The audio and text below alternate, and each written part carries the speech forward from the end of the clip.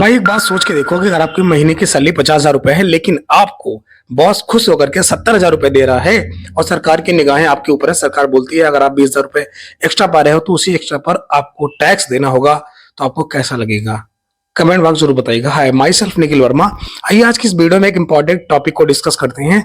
उस टॉपिक का नाम है एंजल टैक्स। मान लीजिए कि कोई इन्वेस्टर है, वो किसी भी कंपनी में इन्वेस्ट करना चाहता है। कंपनी की जो एक्चुअल वैल्यू होती है, उस एक्चुअल वैल्यू से ज्यादा अगर कोई इन्वेस्टर उस कंपनी में इन्वेस्ट करता है, एक्स्ट्रा अमाउंट वो अपनी कंपनी में यानी उस कंपनी में इन्वेस्ट करता है, उसी एक्स्ट्रा अमाउंट पर सरकार को टैक्स देना पड़ता है। उसी टैक्स को बोला जाता है एंजल टैक्स।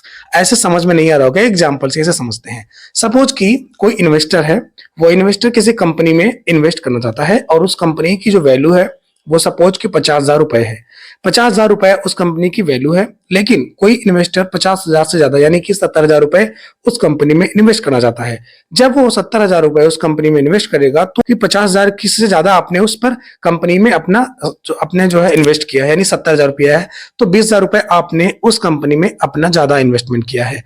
गवर्नमेंट को ऐसा लगता है कि जो 20,000 रुपए है वो उस कंपनी की ज्यादा प्रॉफिट हो रही होती है, और चूंकि जब सरकार को ऐसा लगेगा कि कंपनी की जो वैल्यू है उससे ज्यादा कंपनी प्रॉफिट कर रही है, तो उसी 20,000 रुपए पर जो गवर्नमेंट है वो एक टैक्स लगाती है और इसी टैक्स को बोला जाता है एंजल टैक्स।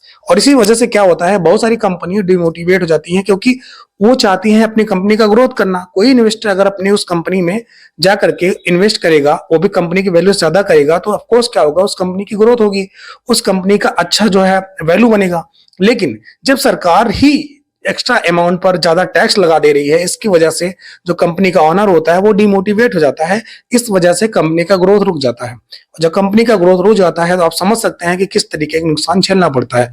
उम्मीद है कि आपको जो एंजल टैक्स है वो किस तरीके से काम करता है, तरीके से आपका जो एंजल टैक्स है वो काम करता है, और एंजल टैक्स कितना अच्छा है कितना नहीं अच्छा है इस सेशन के बाद, इस सेशन को देख करके आप समझ गए होंगे। खैर, आपका फीडबैक क्या है इस सेशन के बारे में और एंजल टैक्स के बारे में कमेंट बॉक्स जरूर बताइएगा। अगर ये वीडियो आपको इन्फॉर्मेटिव लगी हो तो इसे दोस्तों के साथ भी शेयर कीजिएगा, ताकि एटलीस्ट उनको ये तो पता चल जाए कि एंजल टैक्स किस तरीके से काम करता है। चलिए वीडियो को लाइक करें। Thank you so much guys.